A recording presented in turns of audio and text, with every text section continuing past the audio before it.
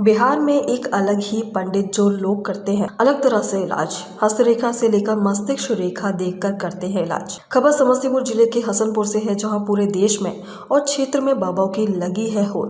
और लेकिन एक ऐसे पंडित जी ना 1 रुपया दक्षिणा लेते हैं और ना ही कोई दान लेते हैं, लेकिन लोगों के मस्तिष्क और हाथ देखकर लोगों की भविष्यवाणी करते हैं। साथ ही उनके ऊपर संकट या तकलीफ को पूजा या विधि व्यवस्था को सही ढंग से करने की विधि बताते हैं। पंडित जी ने कहा कि अगर आप पत्थर या स्टोन का भी उपयोग करते हैं तो उससे भी काफी लाभ मिलता है, लेकिन अंत में उन्होंने कहा है कि सबसे बड़ा कर्म ही प्रधानता है। आइए जानते हैं कि उन्हीं से किस ढंग से बाबा और पंडित जी की क्या है कहानी और क्या है सच्चाई। नमस्कार, मैं रोशन, आप देख रहे हैं महुआ न्यूज़। अभी हम समस्तीपुर जिले के हसनपुर में हैं और एक कहीं न कहीं बात देखी जाती है जो सनातन धर्म को कहीं जो हिंदुत्व है आज बचाने की बात करते हैं, उसी में कहीं न कहीं कुछ ऐसे ढोंगी सनातन धर्म हैं, जैसे कि जिनको कुछ ऐसे बाबाओं हैं जो कहीं न कहीं पैसे की आड़ में जो है काफ़ी भ्रमित फैलाने का काम करते हैं। उसी कड़ी में, उसी लाइन में एक हमारे साथ आज एक पंडित जी मिले हैं। उन्हीं से जानकारी लेते हैं कि ये तो या तो सनातन धर्म को या कि ये बचा रहे हैं या लोगों के हित में कहीं कोई काम कर रहे हैं, कि कहीं न कहीं जो आज सनातन धर्म हिंदुत्व का जो हालात हुआ पड़ा है वो आप लोगों से कहीं न कहीं छुपा हुआ नहीं है। अभी वर्तमान में भी पहलगाम में जो आतंकी हमला हुआ भी हुआ है, उसमें कहीं न कहीं जाति धर्म को पूछ करके कहीं न कहीं घात किया गया है। आइए यहीं बाबा से बातचीत करते हैं, कहीं कि इनका, क्योंकि इनके क्षेत्र में इनका नाम गूंजता है, तो हमें जिज्ञासा कहीं न कहीं हुआ जो इनसे बाबा से मिला जाए और इनके बारे में जानकारी लिया जाए, जो इनका क्या काम है, क्या यह सनातन को बचाना है या लोगों को जागरूक करना है। सबसे पहले बाबा, आपका महुआ न्यूज़ चैनल में आपका स्वागत है। बहुत बहुत धन्यवाद। अभी जो आपका जो कामकाज का दौर रहता है वो किस ढंग का रहता है? क्योंकि लोग जो है कई रूप में आते हैं, कोई बाबा कहते हैं, कोई पंडित जी कहते हैं, कोई साधु कहते हैं, अलग अलग ढंग का कामकाज रहता है। क्योंकि आपको आपके क्षेत्र में आपका लोग कहीं कहीं काफ़ी बड़े सम्मानजनक नाम भी ले रहे हैं, तो बहुत ऐसे साधु हैं जिनका सम्मानपूर्वक नाम लिया जाता है, लेकिन पर्दे के पीछे कहीं कहीं कुछ और कहानी रहती है। देखिए, सनातन धर्म एक ऐसा जड़ है, इस सनातन में वास करने वाले सनातनियों लोग, उसका कनेक्शन वेद से है। और वेद में कहा गया है कि सभी जनों का कल्याण हो, और उसमें ब्राह्मण का अहम रोल होता है। बिल्कुल। और जो ब्राह्मण वेदविद है, कर्मकांडी है, वेद शास्त्र पुराण का पारंगत है, अगर वह आचरणबद्ध उसके अनुकूल काम नहीं करता है, उसके धर्मशास्त्र के आधार पर, शास्त्र के आधार पर अपना चरित्र, अपना व्यवहार, अपना विचार नहीं रखते हैं, तो कहीं न कहीं उस सनातनियों को स्वयं ठेस पहुंचाते हैं। दुनिया में अनेकों ब्राह्मण हैं, अनेकों प्रकार के संत महात्मा आपको मिलेंगे जो अनेक प्रकार का विचार प्रकट करेंगे और स्वयं फॉलो नहीं करेंगे। आपको समझाना है, आपको समझा दिया अच्छा से, और स्वयं हम उसका फॉलो नहीं करते हैं, तो ये सबसे बड़ी धर्मशास्त्र की मर्यादा का हनन है। और अभी जो आपने पूछा कि ढोंगी बाबा, कहीं अपने हिंदुत्व सनातन में ही कहीं ऐसे बाबा जिनको कहीं कहीं मान लीजिए लोग बाबा सम्मान दे करके पैसे के आड़ में कहीं न कहीं वो अलग ही खेला करते हैं, तो वो स्वयं अपनी हत्या करते हैं। वो हत्या का मतलब होता है अपनी प्रतिष्ठा गिराते हैं, अपना ओज, अपना तेज, बुद्धि, बल, विवेक, पौरुषता, वो धर्म के विरुद्ध चले जाते हैं। धर्म उसका साथ नहीं देता। धन तो हो जाएगा, संस्कार, जस, प्रतिष्ठा, ओज, तेज, बुद्धि ऐसे महात्माओं को प्राप्त नहीं होगी। अब हम धर्मशास्त्र रिलेटेड हैं, हम वेद पढ़ते हैं, ज्योतिष का काम करते हैं, कर्मकांड भी कराते हैं, तो आज तक हमारे क्षेत्र में कहीं घूमिए, आप पता लगाइए कि हम किसी से कुछ मांगते नहीं हैं। जहाँ तक हमारे पास जो भगवान का दिया हुआ गॉड गिफ्टेड ये चीज़ है, ज्ञान है, उसको हम फ्री ऑफ कॉस्ट में बांटते हैं। अच्छा, वैसे बेसिकली नाम क्या हुआ भैया? हमारा नाम आचार्य देवानंद पाठक। हम 3 सब्जेक्ट से आचार्य हैं और अपना जो कर्म है हमारा, हम उसको निष्ठापूर्वक करते हैं। अगला जो जजमान है उनका कल्याण होता है तो जजमान स्वयं दक्षिणा देते हैं। हम वेद को बेचते नहीं हैं। बहुत ब्राह्मण ऐसा मिलेंगे, कथाकार मिलेंगे, यज्ञ कराने वाले मिलेंगे, उनको पैसों से सिर्फ मतलब रहता है। पहले उनको फीस चाहिए, वो फीस की बात करेंगे। हमारे धर्मशास्त्र में लिखा हुआ है कि द्रव्यार्थम देवताया पूजां करोतु नराधमाम।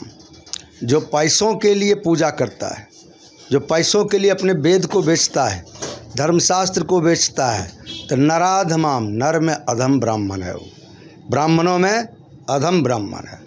न द्रव्य, उनके हाथ से न देवता फूल ग्रहण करेंगे, न पितर जल ग्रहण करेंगे, न नमस्कार योग्य, नमस्कार की योग्य भी नहीं है। तो ये फॉलो स्वयं करना है कि अब हमको कैसा बनना है। अब हम धर्म से रिलेटेड आदमी हैं, हम समाज को ज्ञान देते हैं, ऐसा मार्ग पर चलो, ऐसा ही है, ऐसा हुआ, ऐसा करो, कल्याण होगा, और हम ही उसका फीस बांध दें।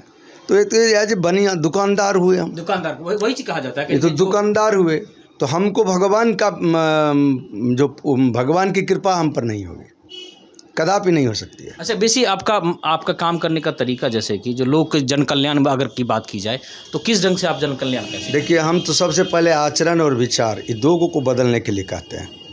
कोई ग्रह से ग्रसित है, किसी प्रकार के दुख से पीड़ित है, तो उसको सबसे पहले वाणी, विचार और व्यवहार, इसको बदलने के लिए कहते हैं। अब हम इन्हें कहेंगे आप चोरी कर रहे हैं तो आप ये पत्थर पहनिए, आपका चोरी करना ठीक हो जाएगा। हम उनको पहले कहते हैं भैया आप चोरी सुधारो, व्यवहार में आओ, धर्म शास्त्र के अनुकूल कार्य करो। अच्छा, पत्थर का जो सीढ़ी रास्ता उसका होता है, कहीं न कहीं आपके द्वारा कहा जाता है, जो इसको हस्तरेखा के द्वारा या फिर इस तरह का ढंग का बात भी आता है। देखिए, हमारे ज्योतिष धर्मशास्त्र में रिंग का महत्व है, पत्थर का महत्व है। तो महत्व है, अगर शुद्ध पत्थर आपको मार्केट में उपलब्ध होता है, उसके पहनने से जो ग्रह प्रेरित है उसका रेत का पत्थर आप पहनते हैं तो वो कुछ फ़ायदा देता है, आप फ़ायदा देगा। अब आपका जैसे भी आप चोरी करते हैं, व्यवसाय आपका है चोरी करना, व्यवसाय आपका किसी की हत्या करना, आपको पुखराज पहना के क्या करेंगे? पुखराज पहना के क्या करेंगे? क्या लाभ देगा आपको? और वो लोग आते हैं, वो भी पूछते हैं ऐसा करे, ऐसा करो, तो ये नहीं है। योगा कर्मसु कौशलम। सबसे पहले आप अपना कर्म सुधारो, कर्म सुधारो तब मेरे पास आओ तो कल्याण होगा, रास्ता मिलेगा। जो एकदम सज्जन है, साधु है, सुपात्र है, जो तब उसको परेशानी है। तो सबसे पहला सीढ़ी जो नेचर और नीति को बदलना, ये आचार और विचार, ये जो बदल दिया वह देवता भगवान के लिए प्रिय है। आगे का पीढ़ी क्या रहता है, जैसे कि आप उसके बाद जो है उसका, जैसे नग आप बात करते हैं, जो अंगूठी पहनना है या फिर पत्थर पहनना है, हाँ। ये तो कैसे आप डिसीजन ले पाते हैं? जो इसको ग्रह के आधार पर कुंडली देख लेते हैं, हस्तरेखा देख लेते हैं, उससे पता चल जाता है कि इनके पास कौन सा क्या परेशानी है, और परेशानी ग्रह खुद बयां करती है, अध्ययन होना चाहिए। अच्छा, कुछ बाबा जैसे कहते हैं जो मस्तिष्क देख करके नहीं आप पे ये है, क्या ये भी वास्तविक रहता है? हाँ, ये वास्तविक रहता है, लेकिन उसके लिए बहुत ज़्यादा अध्ययन की ज़रूरत है, सटीक पकड़ पाना मुश्किल। ये कहीं न कहीं माना जा सकता है, माना धर्म में हाँ है जो मस्तिष्क देख करके, हाँ वाई नॉट है। हस्तरेखा भी, हाँ एकदम है, ये सब तो है। अच्छा, हस्तरेखा तो कुछ दिनों पर बदलती रहती है। 3 लाइन जो है सो फिक्स है, 4 लाइन, एक लाइफ लाइन है, एक हार्ट लाइन है, एक मस्तिष्क लाइन है, ये फिक्स है।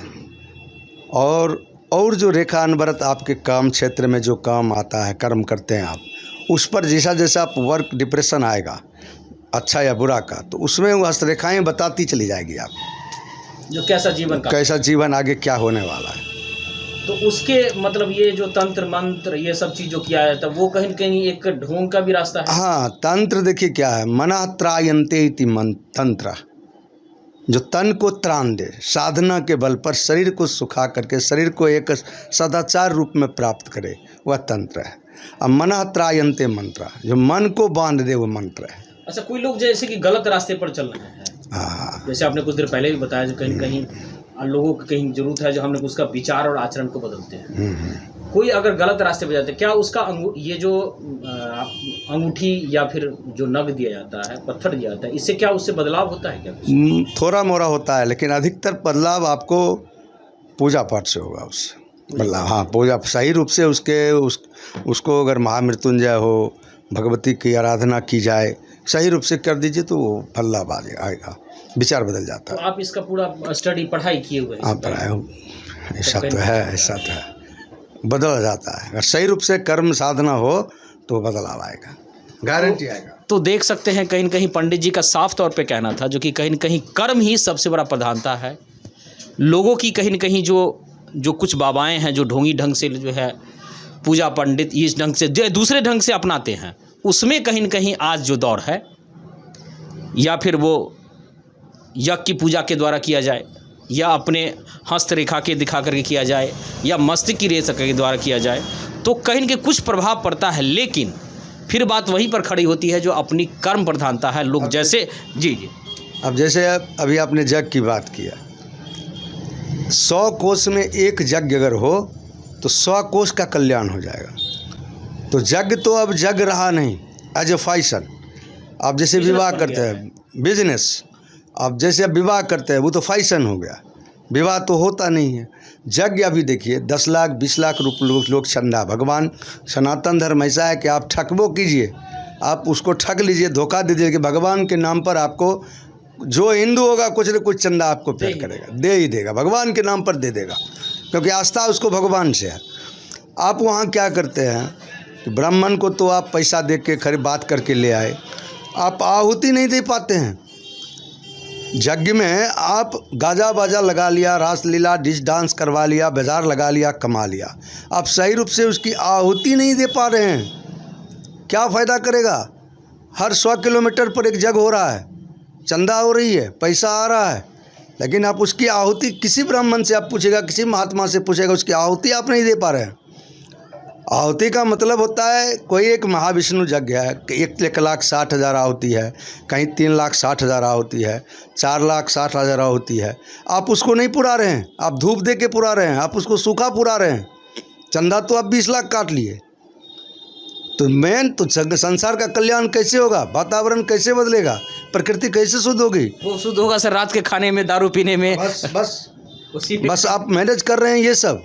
आप मैनेज कीजिए तेल, मैनेज कीजिए अक्षत चावल, मैनेज कीजिए घी, मैनेज कीजिए आप जौ, मैनेज कीजिए वो जो प्रकृति को शुद्ध करे। जग का क्या मतलब, प्रकृति शुद्ध होगी, इन्वायरमेंट शुद्ध होगा तो आपको कुछ देगा, जग का कल्याण होगा, बीमारी भगाएगा। अब बीमारी भगाएगा तो ऑलरेडी आपका पैसा बचेगा, जग का कल्याण होगा तो वर्षा होगी, आपका खेती अच्छा होगा। ये सब माध्यम से भगवान ने जग का आयोजन किए हैं। चंदा कहीं मतलब लोग निकाल लेते हैं, जो अपना भाई निजी कुछ काम करके अपना 5 लाख 10 लाख खर्च किए, और उसमें बाकी पैसा जो बस बाकी पैसा आप घपला कर गए। आप उसको पूछिए, उसको पूछिए, सब कहेगा चंदा। सार्वजनिक के कोई नाम तो लेगा नहीं, कोई नाम नहीं लेगा, तो संसार का कल्याण कैसे होगा बताइए। तो देख सकते हैं खास तौर पर जो है पंडित जी ने 100 के एक ही बात कहा जाए, जो कहीं न कहीं सनातन धर्म या कोई भी अपना निजी किसी का मामला अपना है, तो वो कर्म कहीं लेकर के जो है आगे अपनी जीवन को व्यवस्था को सही किया जा सकता है। समस्तीपुर से रोशन की रिपोर्ट।